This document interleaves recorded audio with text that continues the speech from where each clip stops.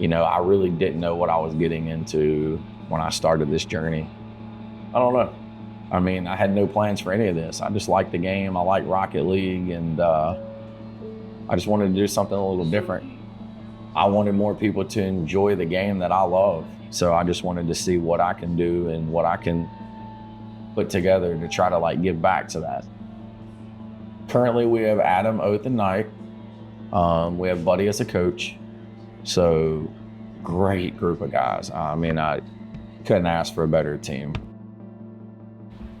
And I think the pickup was good for us because it wasn't an aggressive approach, and it was definitely something that we could afford to do. It's kind of like sticking our toes in the water to see where we can get with this esports thing. I plan on sending a crew to Copenhagen so we can try to set up some interviews and really get some behind the scenes. I've never been to a LAN. I've never been to a major.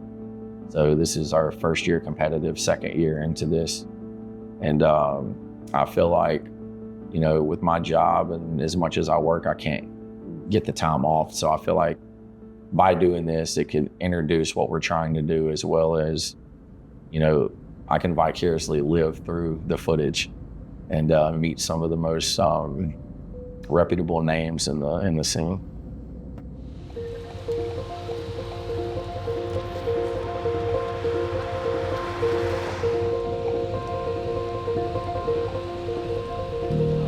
I remember the first time that I learned that he was playing this more serious than just a game at home. We were at our cottage and I was out at the bonfire, and he come out and he had a big pouty face on. And Jake probably would have been 16 or 17 then. I said, Jake, what's wrong? He said, well, we just got knocked out. I said, Jake, it's just a video game. He says, Dad, I'm pretty good. And he showed me his phone, and there was 30,000 people watching it. So that was really the first time I knew that this was going to, could go big, and that there was a professional opportunity for him.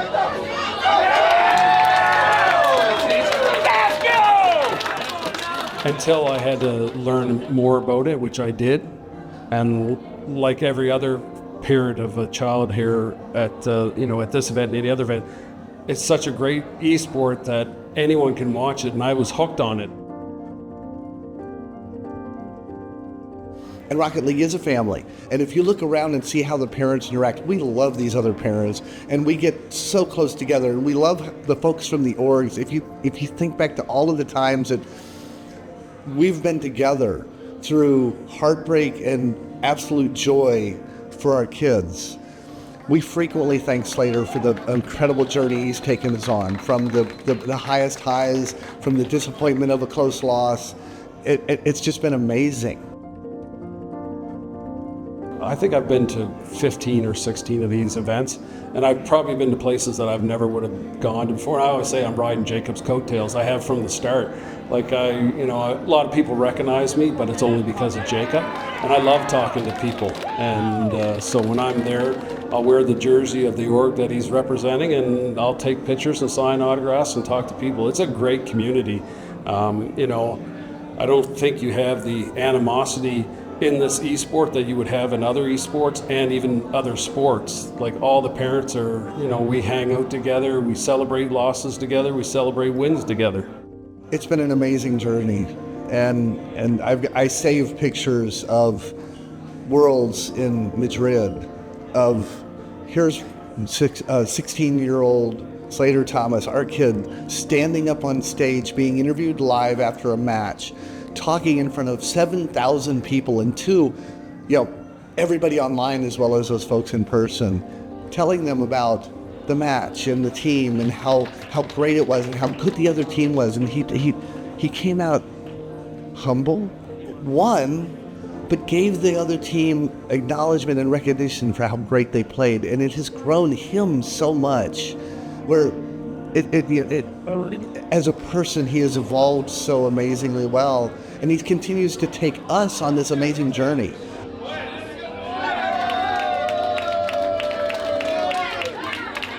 And here we are getting ready for a big match where OG, and we love those folks. We love the families, we love we love the org. They hosted us here yesterday. and we're getting ready to play, and we know one of us is going to be out of the tournament from this, and it's heartbreaking. I mean, it is.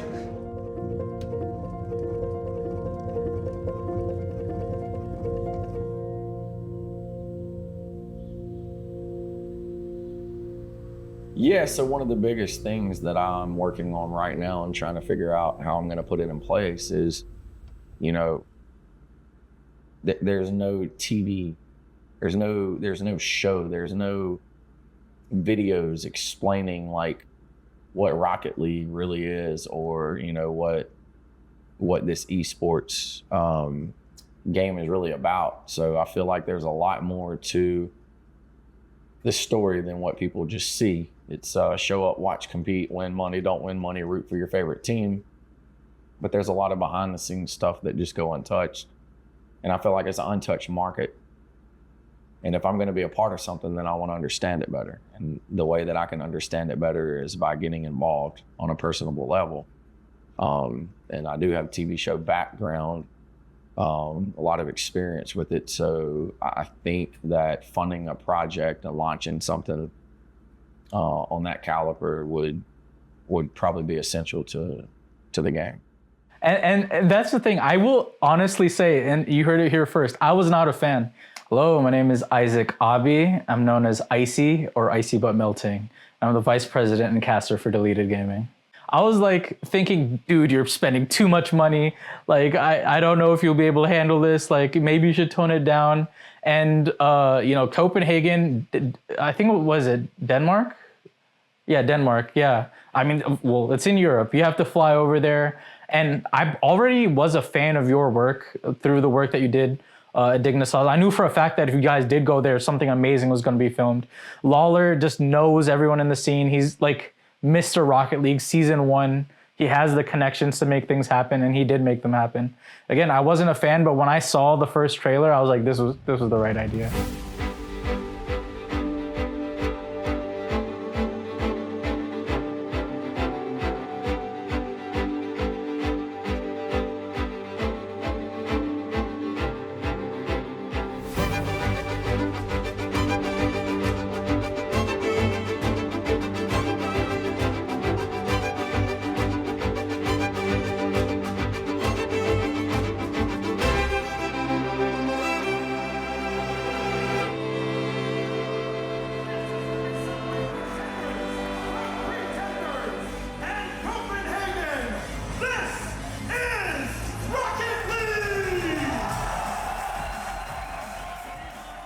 So Deleted has donated 19 gaming PCs to kids. But yeah, like right now our motto is give back. I mean, it's on our Twitter.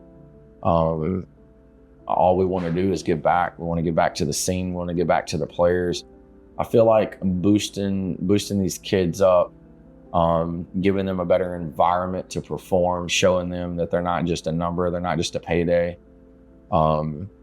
I feel like you can take players with a low expectation but have a high ceiling and provide the environment that they need in order to succeed. And I don't want to just have a team. I want a team that everybody counts out, that we can be an underdog story, something that we can take from ground up and just provide all the essentials needed for them to perform at their max, skill set, and then over time, possibly catch a championship out of that. I think the look on their faces whenever they realize that they can do it, I think that in itself is priceless. And I don't think you can, you can't put a price on memories. So I never got into this to make a profit. I have my normal everyday struggles, and it's a lot. I mean, it costs a lot to keep up with something like this, but I've always been the type of person that once I envisioned something, then that path was clear, and I won't let anything stand in my way. You find the niche. You find your niche in the esports space, and Rocket League has that. It's very mainstream. You can explain it to anyone. So it's just tapping that potential. You can't describe it. I can sit here and tell you how wonderful it is, but until you get into that stadium and hear the first Alpha Boost kick off, or you hear the cars revving in the introduction, like it still gives me chills. It's such an experience. And the beauty of this esport, you can bring a 3-year-old, you can bring a 70-year-old. It's good for everyone. So I think already now we're getting more information and more attention from Blast than we've used to from Psyonix and Epic. And I think it's just like I said, it's generation change where like this esport is changing. Like we had 3 years after COVID, and now we're in 24. And this is the first time with Blast. So I just do believe that all the experience that they've had from Counter-Strike, they're gonna bring in here, try to like mix it with Rocket League and the learning experience that they're gonna do from this major and the next one and then the Worlds. So next year is, I do believe the do or die year, right? Like they have to prove to everyone that they listen to the creators, the fans, the players, and especially work with the organizations, because that's the most important thing. I think it's important to show growth from both the viewership numbers, of course, but also the fact that orgs are willing to enter our space, because otherwise you're gonna just lose out, and you don't want to see this game die out, right? Like we all love it. We've been doing it for years, so yeah.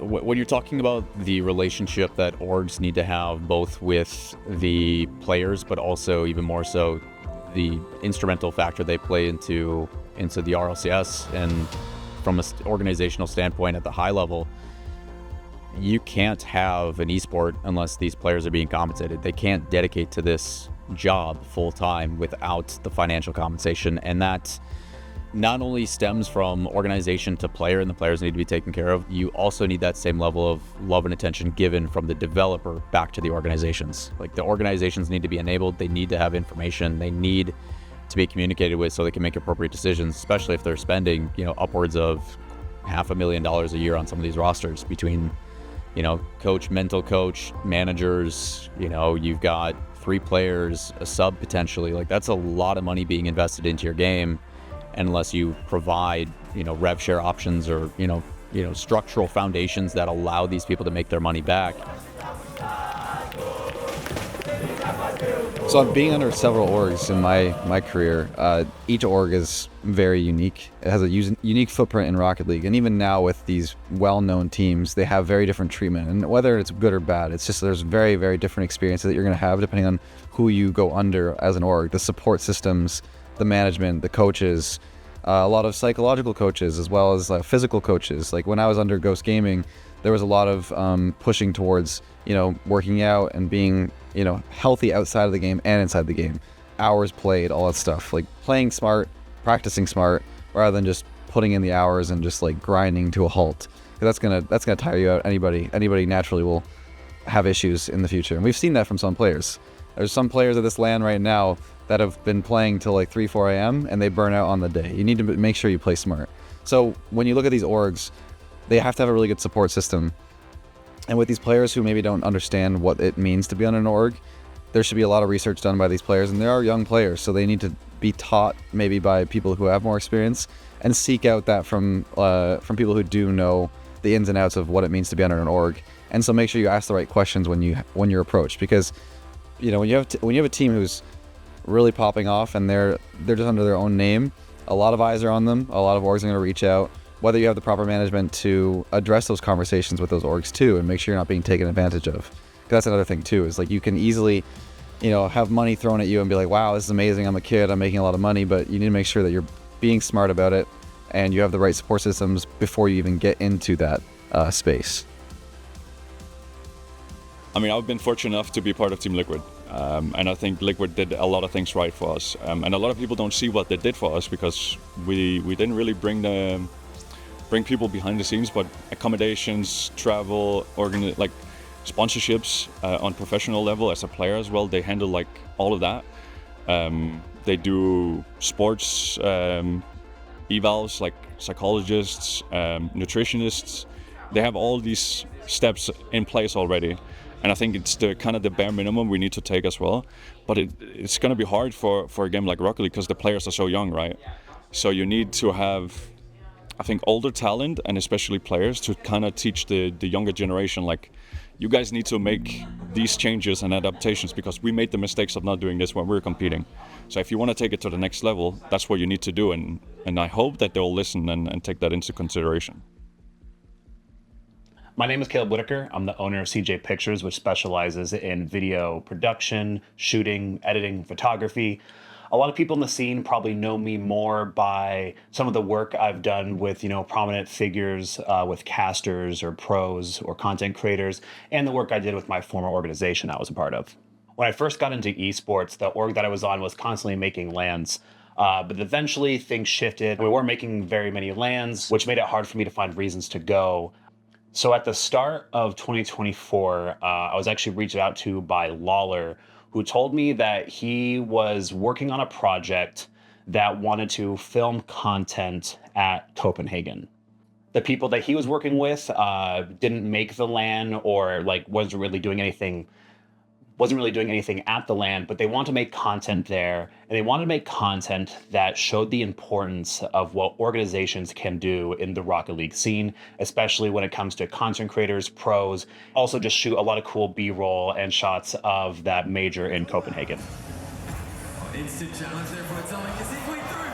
I don't know, when it comes to org stuff, I think the most fun I had at orgs, I won't name any names here, but it was when the creators felt like we were included in the org as family members, right? It was more about, hey, let's do these fun things, let's try to get as much hype for this org and for the game as possible, rather than I don't know, corporate, where you're just told to, hey, work down this list of things you need to do, and at the end of the month we check if you did it or not. And it's it's kind of lifeless a little bit. So I don't know, the best experience you can have with an org is when you kind of have projects and it feels like you are working towards something with the org. You feel like an extension of the org, right?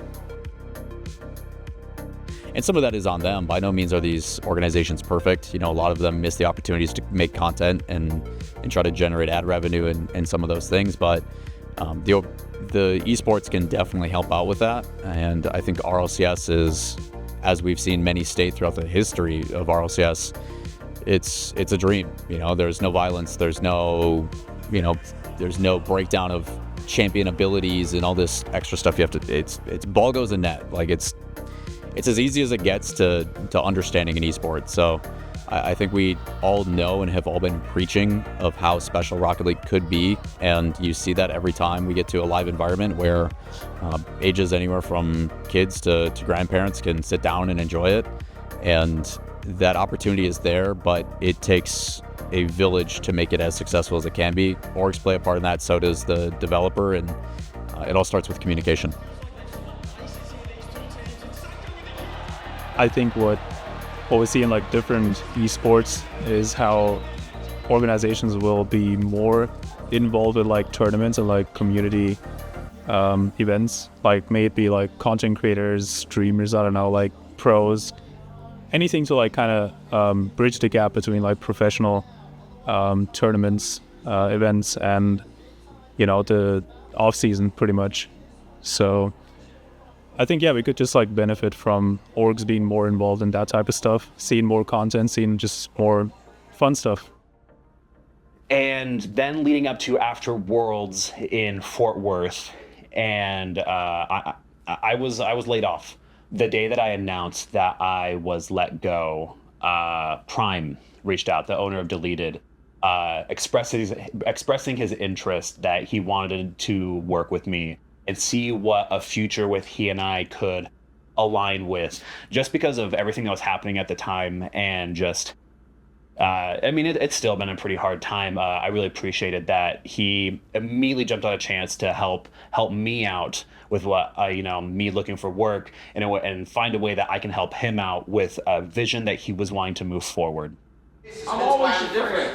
And look, your money ain't the only thing tied up. Your hair's tied up, but we still love you. And it was okay. I didn't say it was okay. I said if you did that, you our deal. You said it made sense for me. No, and as soon as you made a deal with him, you went bankrupt. That is true. What's going on, guys? So I'm Sean Standards, IPB Pro, CEO of Wicked Aesthetics and Wicked Iron Gym. My name is Chris, also known as Revenge, and currently I'm a manager in the Rocket League scene. I met Bradley probably about 4 or 5 years ago, and when I first met him, they were all playing this thing called Rocket League. I had never heard of it, never seen it before. Looked fun, you know, it's like essentially like what cars playing soccer. I loved it though. I've known Bradley for about 3 years now. A couple years ago, he was looking for a team, and I tried to get him to sign Heck, Kaz, and forgot who the other third was, but I was their manager and their agent trying to get them the best salary possible, you know, and Bradley decided to call me on my bluff and call me on my BS, and ever since then we kind of just became friends, and I'd say over the past 3 years he became one of my best friends. Since I've known Bradley, he's been very sought after what he wanted with it. I think it's begotten a lot bigger than what he originally intended, which is a beautiful thing, of course. And if I could say anything, everything I've seen Bradley been able to put his mind to, he's been able to do, and he's done it in a couple different businesses. And he's got a lot of drive energy. He's one hell of a salesman. He can sell dirt to a dirt digger if he wanted to. I will say, for all of the gamers out there that have ADHD, I know you feel my pain. Sometimes it's very difficult to just start things. Like, you want to do something, you have ambition, but actually starting on that path towards what you want to do is really difficult. And having somebody who also, Prime, has ADHD as well, but one of the only people I've ever met who, if he wants something done, he just starts doing it, even if he knows that it's not going to be the correct path or if it's going to fail. He just has such like a lack of fear. He's such a great risk taker in a way that inspires everyone around him to help out, to go along the journey. I feel like the only word that you can use to describe Deleted is interesting, because when you're watching these startup orgs happen, you're in the back of your mind, you're constantly thinking, all right, when is this going to crash and burn? When is it going to fall down? And like, you're watching Deleted and you keep waiting for that to happen, but it doesn't. He just comes up with something bigger and better than he had before, and it's just growing. Like, if Deleted was a bus, he's the bus driver, and we're thanking him for it, because like it just feels so good to have somebody who isn't willing to give up. He's just always willing to push forward, work with anybody, talk with anyone. It's genuinely really inspiring to work with him. The guy knows what he's doing, and when he puts his mind to it, Brad's one of the most ambitious people I know. So proud to call him one of my best friends, and somebody I've gotten to know over the past couple of years. He is a dickhead. Yes, you guys know that, but he means it with very good intention. He means it with very good intention. And if I can say anything, whatever Brad gets behind, it's going to be successful. Just as this org Deleted is, it's going to be very successful. It is successful. And I think those who already know about it for a reason. And it's because guys like Brad and everyone who's behind it are giving it a big name. People think that Bradley's crazy with the antics that he does and the way that he portrays himself. And they're partially right, but he's crazy to win. He just wants success for everybody. This Deleted isn't something that's meant for just him or just his friends. He started by playing Rocket League with people he met in a weird little league. And now he has one of the more active communities that are currently out there. And that kind of describes Bradley in a nutshell.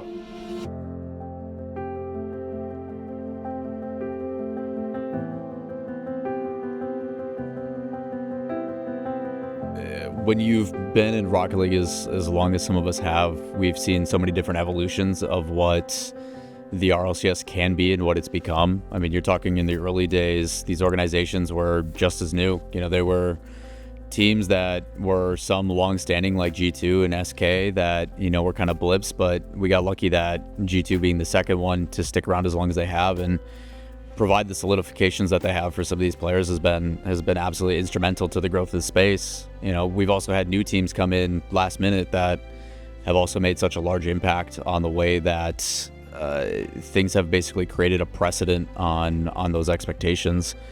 I think the biggest difficulty is that some of these organizations are obviously still trying to learn and identify how to grow and what those next steps need to be.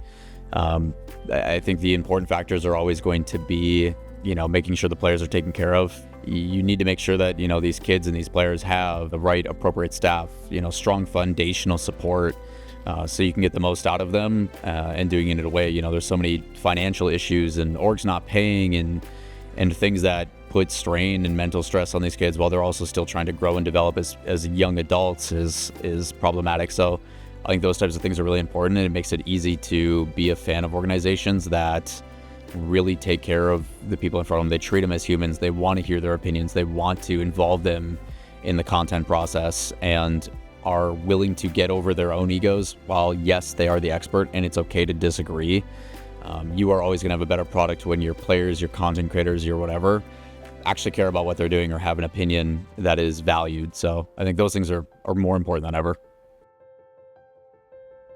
So Deleted is on a whole different level right now. We have done a complete rebrand, colors, jerseys. You know, we're in the middle of trying to lock our team down.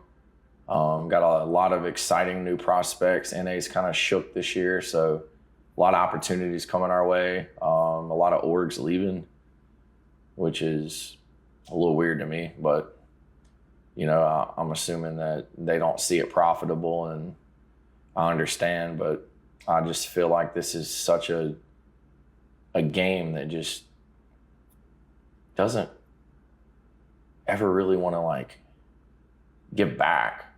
I mean, it's more of a pleasure. He wanted to find a way that he can mix esports and his a reality show concept with the esports team that he was building for Rocket League. And I thought it was a fantastic idea. This is actually an idea that maybe not a full-blown series, but something that I had brought up to my former org. And, you know, we had really, you know, prominent players and figures that, you know, it was something that they seemed like they were on board for. Those kind of things that they told me they were interested in before they even hired me.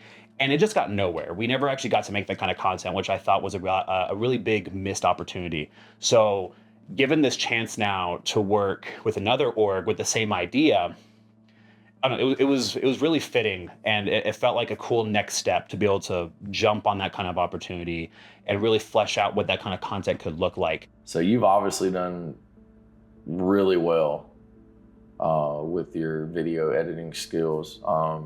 I think the project coming out of Copenhagen was just ridiculous. It was so good. It met way more than expectations. I think that, you know, Lawler and Caleb did a fantastic job.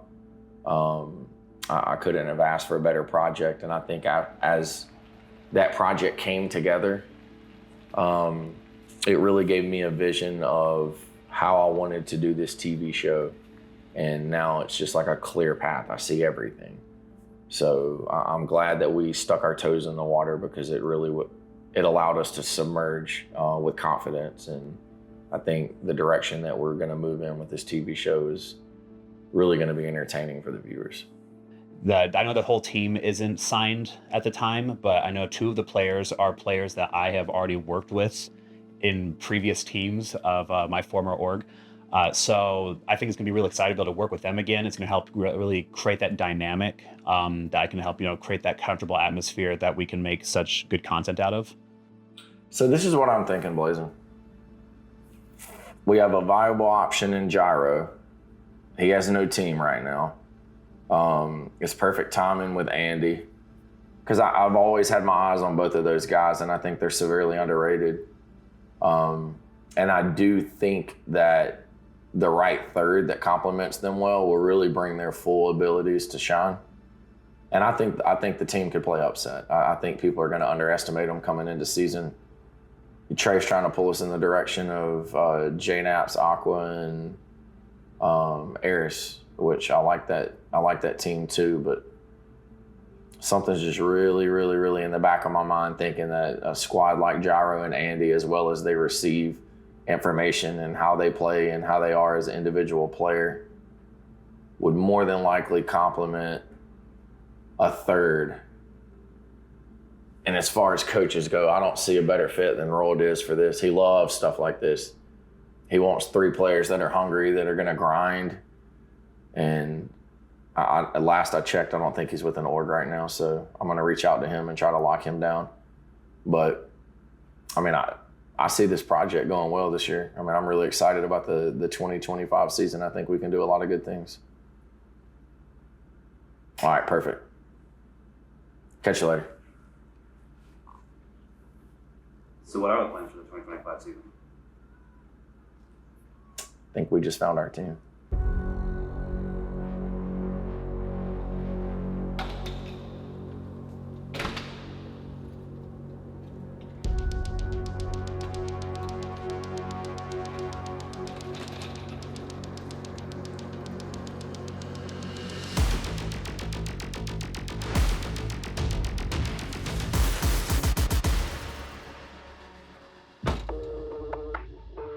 next on the first episode of The Deleted Scenes.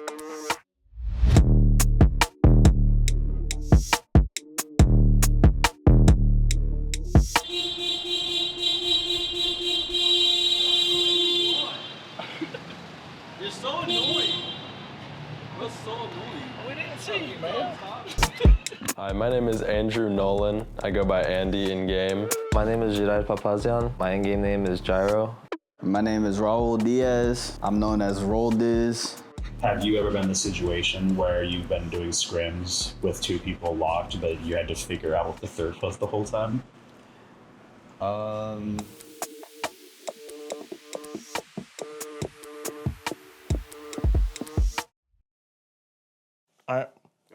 I am Dylan Thanis. My username is Wavy, and I'm a professional Rocket League player for Deleted Gaming. I know what I want and you know I'ma get it. I'm not even close to the finish, just scratching the surface. Turning my L's into winnings. I've been the one since the beginning. No days off. I go so hard in the paint. Put in that work and it's paying off quick. I left no because I just think that's how you... I'm pushing the limit like get out the way. I am the one, we not one in the same. Feeling brand new and you not in my lane. I don't look back cause I'm breaking the chain. I woke up the beast and I'm ready to slag. I'm in the zone and can't get in my head. Know what I want and I'm really ahead. Got what it takes to be one of the best. Watch how I move, yeah, I'm limitless, yeah.